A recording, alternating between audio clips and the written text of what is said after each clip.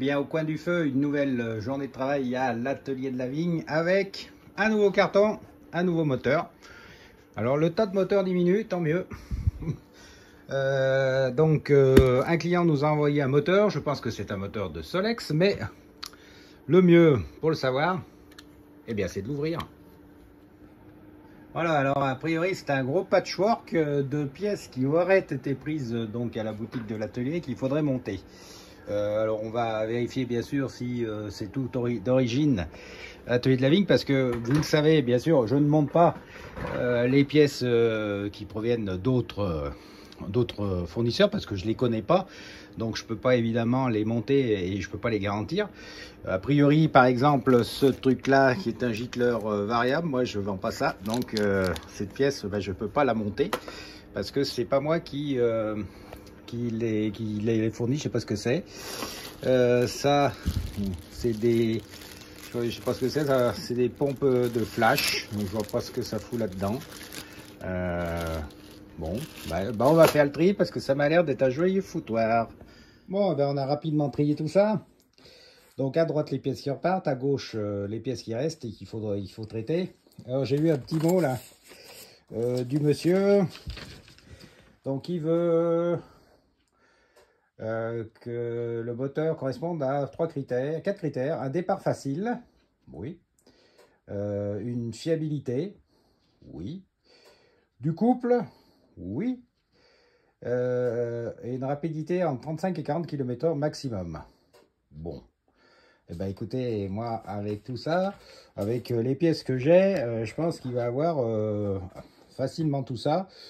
Il aura même un peu plus de rapidité, mais comme c'est un moto bécane, il pourra utiliser la poignée tournante pour ralentir. Et puis avec la culasse haute compression qu'on a, eh bien ça va lui donner du couple. Et après il a aussi, j'ai vu un carburateur race. Alors là, on va voir, c'est peut-être pas l'idéal. S'il veut avoir du couple sans trop s'engorger, il va falloir qu'il joue avec le gicleur variable. Bon, à voir. J'ai vu aussi que son carter là était bien abîmé au niveau de la collerette, donc j'espère que le roulement pourra tenir. Mais on va voir ça après avoir tout nettoyé, parce que là c'est un peu sale, donc on va pas s'avancer là-dessus. Allez, on passe comme d'habitude au moins rigolo, c'est-à-dire le nettoyage. Donc j'avais verni et les deux parties là. Donc à la fois l'intérieur du carter moteur et de la flasque de galet. Donc ça c'est fait. Là-bas ça chauffe un peu parce qu'il fait froid ce matin. Donc il faut chauffer un peu les pièces avant de les peindre. Donc je vais faire une dernière couche au cylindre qui sera monté sur ce moteur.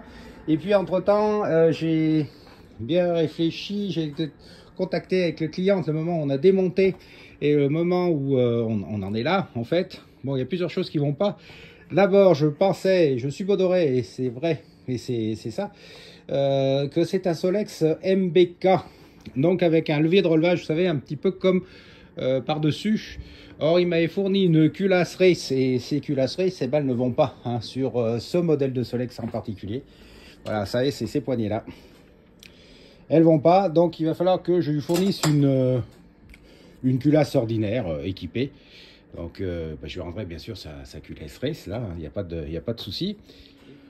Voilà, et donc parmi les pièces qu'il m'a fournies aussi, il y a un des carters là, neuf, là, que j'aime pas, mais je vais lui le monter, comme ça il aura son moteur à neuf, parce que là, vous voyez, la collerette est déjà bien esquintée, donc pour tenir le roulement, ça va tenir surtout avec le sel roulement. S'il fait comme il veut l'utiliser au quotidien et qu'on va lui monter un truc qui pulse un peu, faut mieux partir sur un bon carter. Voilà. Sinon, ça va vite se décoller et puis il va être embêté. Et puis moi aussi de la même façon, parce que bon, bien sûr dans ces cas-là, je ne peux pas garantir, et c'est bien marqué noir sur blanc sur la facture, que le roulement va tenir, parce que le roulement il tient que si il peut tenir. Donc si j'arrive à démonter la collerette et qu'elle est en bon état, pas de souci quand je la démonte, et que ça n'a jamais été démonté avant, on y arrive. Mais là, ça a déjà été démonté, et donc je peux plus rien faire grand chose, si ce n'est un carter neuf, bien sûr. Voilà, bon, donc du coup, avec un carter neuf, roulement collé, tout ça, je pense qu'il va partir pour pour quelque temps sans aucun problème. Voilà pour le petit point. L'autre petit point, c'est que vous voyez, j'ai préparé et nettoyé toutes les pièces qui vont être nécessaires à ce montage. Et ça aussi, c'est important, hein, parce que vous le savez, on passe beaucoup de temps à faire ça. C'est ingrat. Faut nettoyer, faut astiquer, c'est sale. Mais on est content à la fin d'avoir des belles pièces. Et surtout de pouvoir remonter ça facilement parce que parce qu'on a tout dans le tout en main, c'est prêt, c'est en kit quoi. Voilà. Ok, bah écoutez, on va attaquer ce moteur. On va attaquer par ce que je trouve le plus pénible. Moi, on va prendre le carter neuf bien sûr et on va attaquer le montage de toutes les tôles là inférieures. Pour moi, c'est la partie un petit peu ingrate du montage du moteur. Bon, voilà. Et ben voilà, j'ai déjà monté ce que j'aime pas. Donc les tôles, bec de canard, le vilebrequin, le joint spi. On va passer maintenant au montage donc du galet. Alors, le galet, là c'est la flasque. Vous savez, je l'ai nettoyé et puis je l'ai verni pour éviter que ça continue à se bouffer. Vous voyez, bon, elle n'était pas en mauvais état quand même. Et puis on va donc monter ce galet métallique dessus. Donc vous savez, le montage du galet métallique classique, hein, on remet exactement comme c'était à l'origine avec le galet traditionnel. Donc je vais simplement mettre ici le joint que j'enlève toujours, bien sûr pour microbiller, c'est pas la peine de microbiller les joints.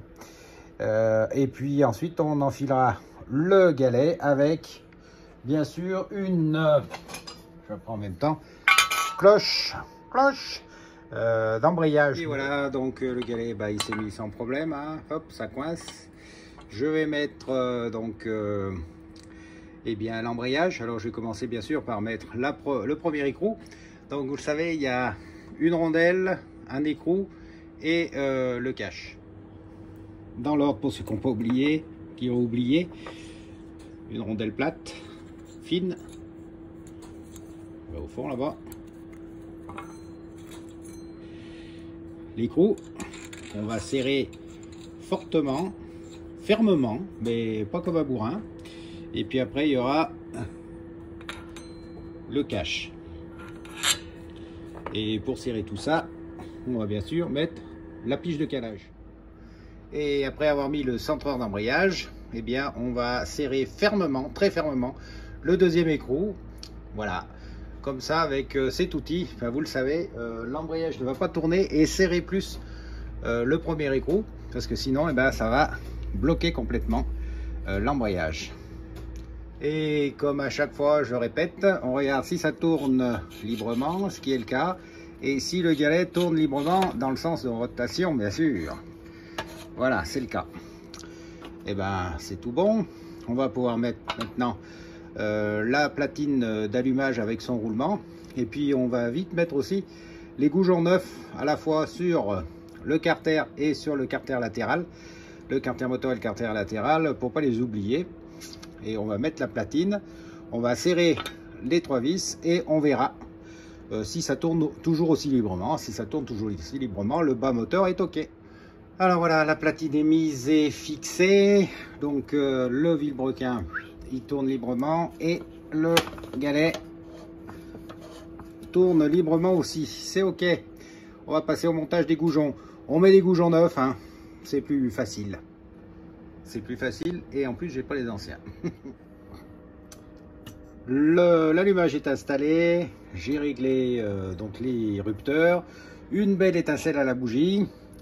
Pas de souci de ce côté-là. On va maintenant on va passer au montage du cylindre. Alors, petite piqûre de rappel sur le montage d'un carter latéral, parce que j'en vois encore beaucoup qui sont mal montés et du coup il y a une prise d'air au niveau du joint d'en base.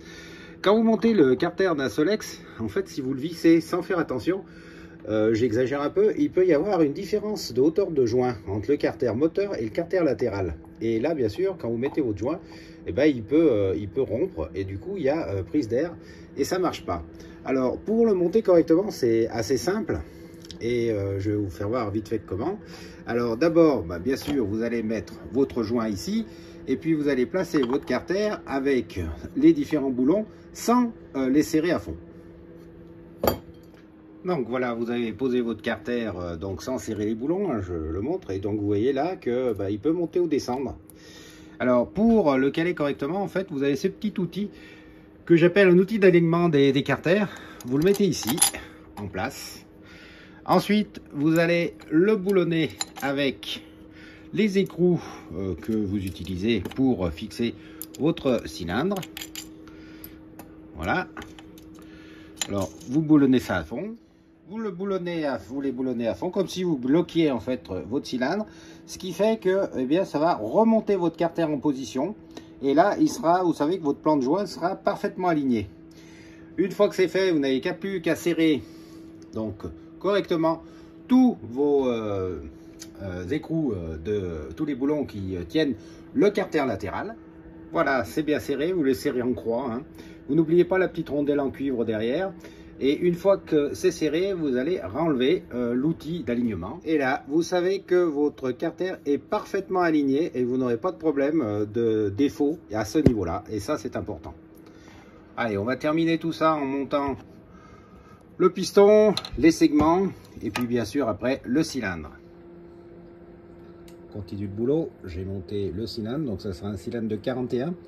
On reviendra d'ailleurs sur le type de préparation de ce moteur et sur les petites erreurs à éviter ou au moins à savoir quand vous voulez booster un moteur de Solex. On reviendra là-dessus à la fin.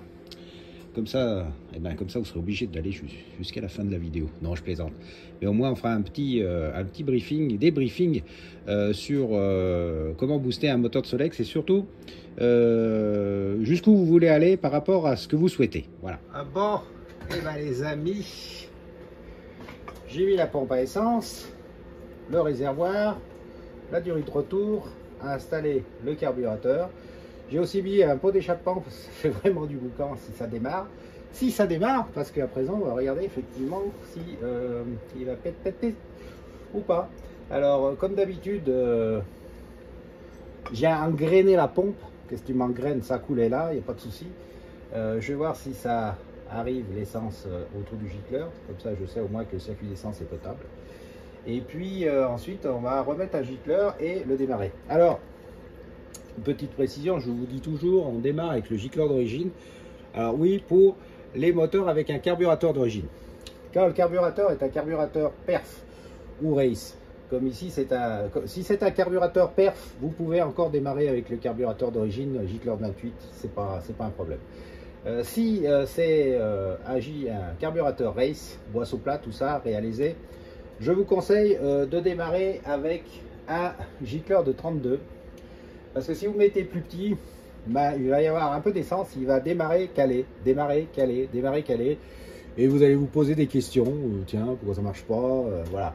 Tandis que là, au moins, si avec un 32, il démarrera, de toute façon, il va tourner, on verra s'il tournera ou pas. Et après on ajuste parce que vous le savez, avec un carburateur race donc réalisé et tout ça, il faut soit essayer plusieurs gicleurs pour voir lequel marche le mieux, soit directement mettre un gicleur variable et vous n'aurez pas de problème de réglage à ce niveau là.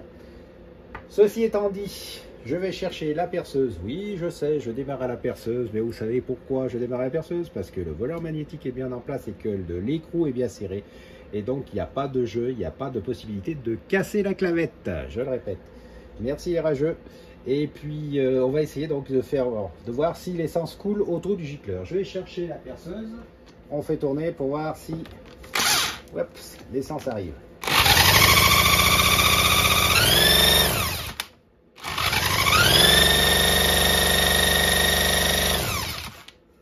Pas concluant. Pas concluant. Mais, alors,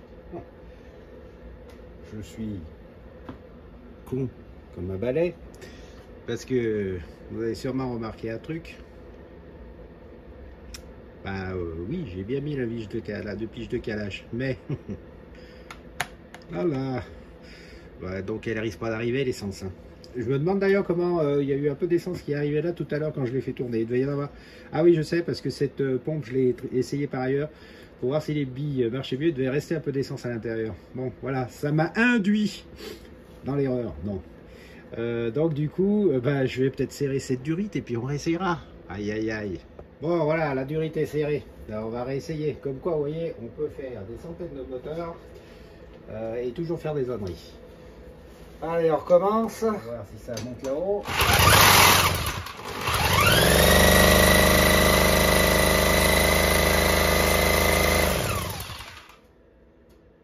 Ça arrive. Oui, bon. Ça pétouille, ça a pétouillé. Bon, faut dire qu'avec... alors c'est une pompe race. Donc elle a beaucoup plus de débit, donc c'est un peu plus difficile à engrainer, hein, ça c'est certain.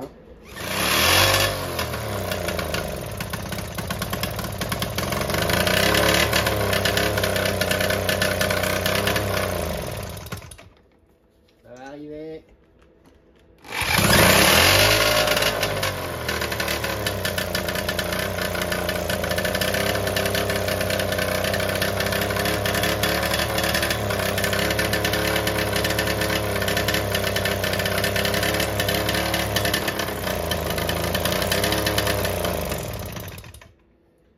Ça marchouille.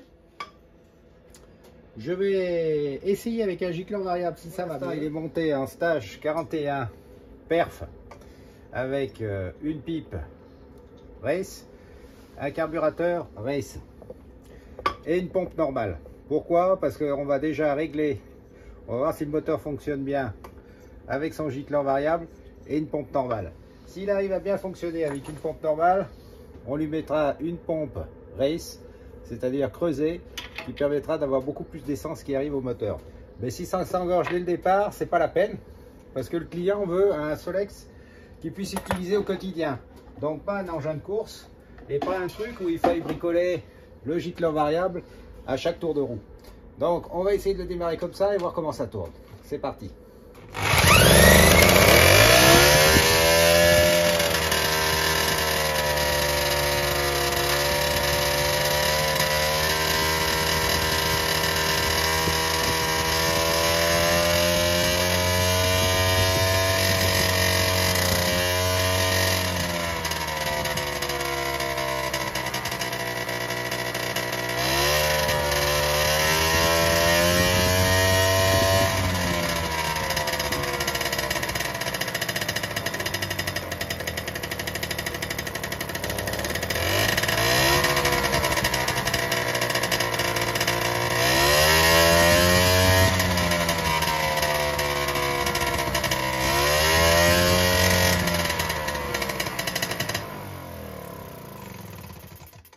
Juste un peu chaud, mais ça marche. Donc on va pouvoir changer cette pompe normale par une pompe un peu plus puissante et voir après si on peut trouver le même réglage, c'est-à-dire un réglage du gicleur variable qui permet à la fois une vitesse assez optimale, quitte à le tripoter un petit peu pour avoir un peu plus de vitesse, et surtout un réglage du gicleur qui permette, comme vous l'avez vu, un fonctionnement au ralenti normal. Parce que quand vous êtes en ville ou au feu rouge, bah c'est bien que le moteur ne s'engorge pas ou ne cale pas. Donc on va redémonter cette pompe, mettre celle-ci et faire exactement les mêmes essais et réglages. Bon voilà, alors on a monté la pompe race, toujours gicleur. Donc maintenant on va regarder si il fonctionne correctement avec la pompe race.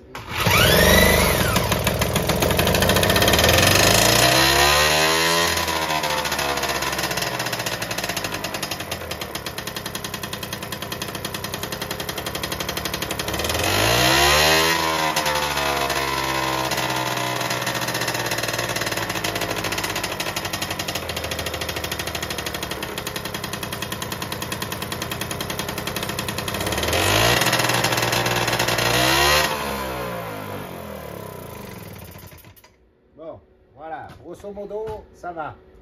Vous voyez, il peut prendre des tours, rester au ralenti, et de la même façon, quand on passe du ralenti au plein régime, il n'y a pas de perte entre guillemets, il ne fait pas de bœuf, il y a une bonne reprise. Donc ce qu'on va essayer à présent, c'est de le monter sur le mulet, et puis le roder, c'est-à-dire on va le faire tourner, donc vous savez, 40 minutes à feu doux, 40 minutes à feu moyen, et à la fin on peaufinera le réglage sur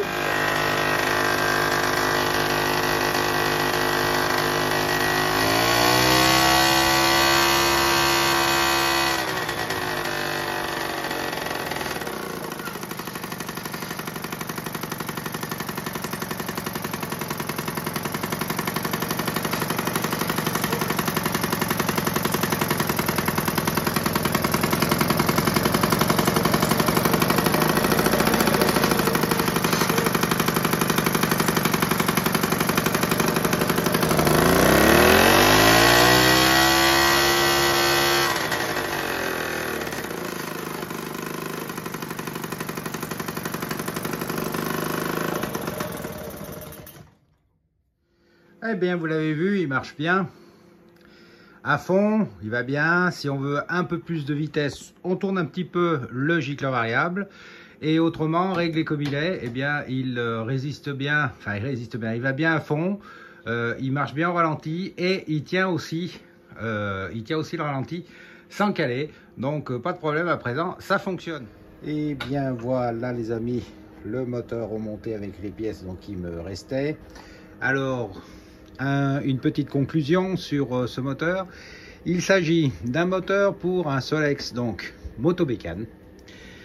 Le moteur a été refait avec des pièces que m'a fourni le client et je n'ai monté que les pièces que je lui avais vendues pour deux raisons. La première, c'est que les autres pièces, je ne les connais pas, donc je ne sais pas comment ça fonctionne là-dessus. Ça, c'est le premier point. Et le deuxième point, c'est que certaines pièces ne sont pas adaptées à la demande du client, donc je ne les ai pas montées. Je rappelle que le client avait demandé un Solex coupleux, un Solex qui soit fiable et un Solex qui ne soit pas trop embêtant à conduire. Donc on a mené à la réalisation suivante. Donc le carter, c'est un carter basique, origine d'une qualité moyenne, mais bon, on ne voulait pas monter un carter race sur ce Solex pour des raisons de coût. Donc on s'est contenté de ce carter qui m'a été fourni par le client. Voilà. La finition, eh bien, c'est un stage 41, donc 3 transferts, et une finition race. Et bien sûr, noir, avec le cylindre noir. Qu'est-ce qu'il a donc? Il a un cylindre 41, 3 transferts. Il a une pompe à haut débit. Il a également un carburateur race, donc réalisé, et une pipe race, donc elle aussi élargie. Pour faire fonctionner le tout, un gicleur variable est indispensable pour régler au mieux, comme vous l'avez vu, le moteur. Autrement, le reste de l'engin est classique, sauf que j'ai monté des pièces que j'avais déjà vendues au client, donc en pièces détachées entre guillemets, c'est-à-dire qu'à l'intérieur de ce moteur, il y a une bielle race, donc ça c'est à noter. Donc là, je suis tranquille sur la configuration qu'il peut avoir à l'heure actuelle au niveau de la fiabilité, pas de souci, puisque quasiment tout est neuf. Au niveau du couple, pas de souci, c'est même au-delà, je pense, de ce qu'il souhaite en termes de couple. Ça, c'est aussi une note importante et qui répond donc au deuxième critère de choix du client. Et le troisième critère, c'était un truc pas trop embêtant à conduire. Et ça l'est, puisque vous avez vu, on a passé pas mal de temps au réglage de ce moteur pour qu'il soit facile à conduire. Donc là, il y a un réglage standard qui permet de tout faire. Et puis, vous avez un réglage gicleur plus, j'allais dire, pour avoir plus de vitesse ou de couple. Dernier point, si, pardon, j'oubliais, le client m'avait acheté un galet métal. Donc, je lui ai monté, bien sûr, le galet métal. Tant qu'on y était, autant en profiter. Le reste des pièces qui m'avaient été fournies, ben, c'est là. Donc, je vais bien sûr emballer tout ça pour lui retourner avec son moteur. Et j'espère qu'il en sera satisfait et qu'il pourra faire de jolies balades avec cet engin du côté de Marseille, si je ne me trompe pas de clients, parce qu'il y en a pas mal et j'associe des fois l'adresse d'un client à un nom, mais des fois aussi je me loupe. Voilà. Et ben voilà, j'espère que cette petite vidéo d'un moteur un petit peu énervé frérot, un petit peu agacé, un petit peu aberrant même, hein, on va dire, sous le soleil du Dauphiné, il n'y en a pas aujourd'hui. Bon voilà, clin d'œil à GMK et puis bien sûr à Tomahawk. Et ben j'espère que cette petite vidéo vous a plu. Alors n'hésitez pas à vous abonner, il y a encore 70% des gens qui regardent les vidéos qui ne sont pas abonnés. Cliquez sur abonner, ça coûte rien et nous ça nous rend la chaîne plus visible. Donc c'est pas mal. Et puis si vous avez besoin de pièces, eh ben, la boutique est là pour vous. Si vous voulez vous inscrire à notre quotidien, allez faire un tour sur notre Insta. Et puis à bientôt pour de prochaines vidéos sur ce type de moteur, ce type de cyclo ou bien d'autres. Parce que comme vous voyez à l'atelier, il y a pas mal de trucs qui traînent et qui vont faire l'objet de vidéos dans les jours à venir. Allez, à bientôt.